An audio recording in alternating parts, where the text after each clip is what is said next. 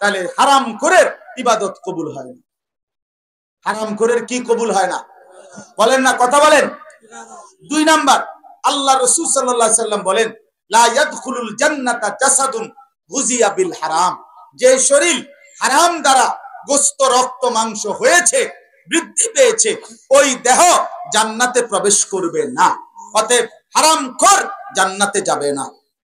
3, আল্লাহ রাসূল সাল্লাল্লাহু আলাইহি সাল্লাম একদিন এক ব্যক্তিকে দেখছেন নবীজির জামানায়, কাবা ঘরের সামনে দাঁড়িয়ে হাত উঁচু করে আল্লাহর কাছে দোয়া করতেছে, ইয়া রাব, ইয়া রাব, আয় আল্লাহ আমাকে এটা দেন, ওইটা দেন, দোয়া করতেছে। আল্লাহর নবী সাহাবীদেরকে দেখাইয়া বললেন, মাতআমুহু হারাম, এই লোকটার খাবার হারাম, ওয়া মাশরাবুহু হারাম, সে যে পান করে এটাও হারাম, ওয়া মালবাসুহু হারাম, তার গায়ের পোশাকগুলো হারামের উপার্জন, ওয়া গুজিয়া বিল হারাম, তার শরীরের গোশত মাংস হয়েছে হারামের দ্বারা, ফা আন্না ইউস্তাজাবু লাহু, বলো না তার দোয়া কেমনে কবুল হবে?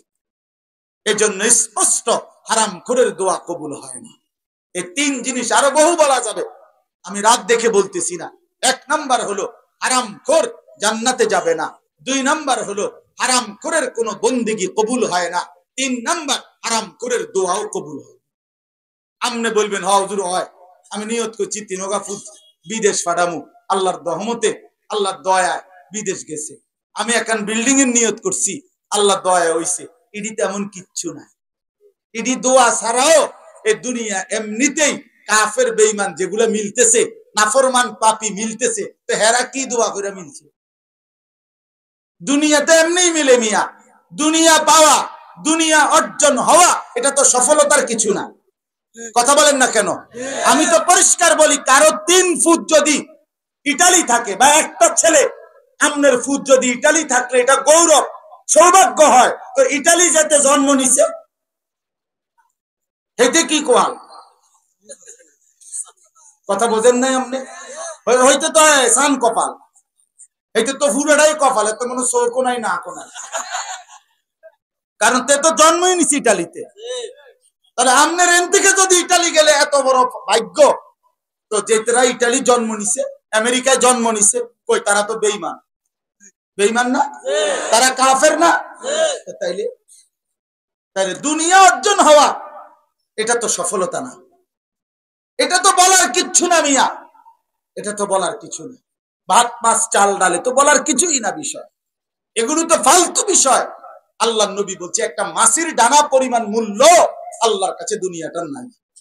কান কাটা একটা মরা ছাগল, এটুকু মূল্য আল্লাহর কাছে দুনিয়ার নাই, নবীজি বলছেন।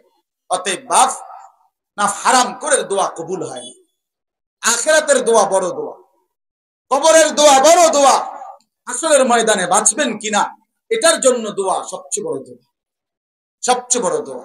অতএব আমি অনুরোধ করলাম আপনাদের মধ্যে যারা যেভাবে উপার্জন করেন, এই উপার্জনের ক্ষেত্রে এটাই মূল বক্তব্য, এরপরে আর ব্যাখ্যা নাই।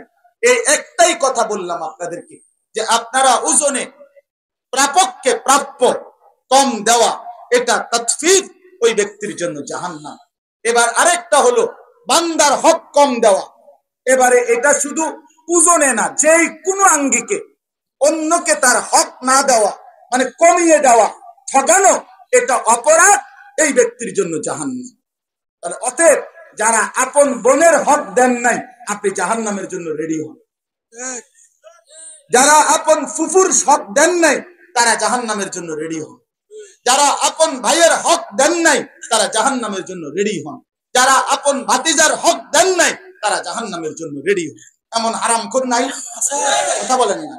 আজকে 20 বছর বাপ মরছে, 30 বছর বাপ পড়ছে, এই ডাকাইতে আপন বোনে মনে 50,000 বার আইছে তার বাড়িতে বাপের জমিয়ানের লেগা, কদ্দুর প্রাপ্য জমিন ওয়ারিস, কিন্তু এই বেঈমানে জমি দেয় না। এমন ডাকাত নাই? ওই ডাকাত, ওই ডাকাত, ওই নিকৃষ্ট জালেম, নিকৃষ্ট জালেম। এই সমাজের সবচেয়ে নিকৃষ্ট মানুষ হলো একেবারে জালেম এই ব্যক্তি, যে আপন জনের হক নষ্ট করে। কত বড় জালেমি! কয় কি বইনে রে নিবাগা নিবাগা, আর আইতা না বইন বাগিনা লইয়া, আর আইতা না নিবাগা, একবারে সুদবোধ করে লাইবা, আড়াইটা না বাইর বাইর, মানে বাইরের বাড়িতে আসতে হইলে, ভাত খাইতে হইলে আপন বোন বাগিনা জমি দিয়া খাইতে হইলে। কত বড় নিকৃষ্ট বেটা তুই, বেটা কত বড় জালেম বেটা। আপন বোন, বোনের সম্পত্তি না দিয়া কয় ভাত খাইতে হইলে বনে আইতে হইব জমি দিয়ে। অথচ গ্রামের কত মানুষ তার বাড়িতে ভাত খায়, তারা তো জমি দিয়া খায় না। কথা বলেন না কেন?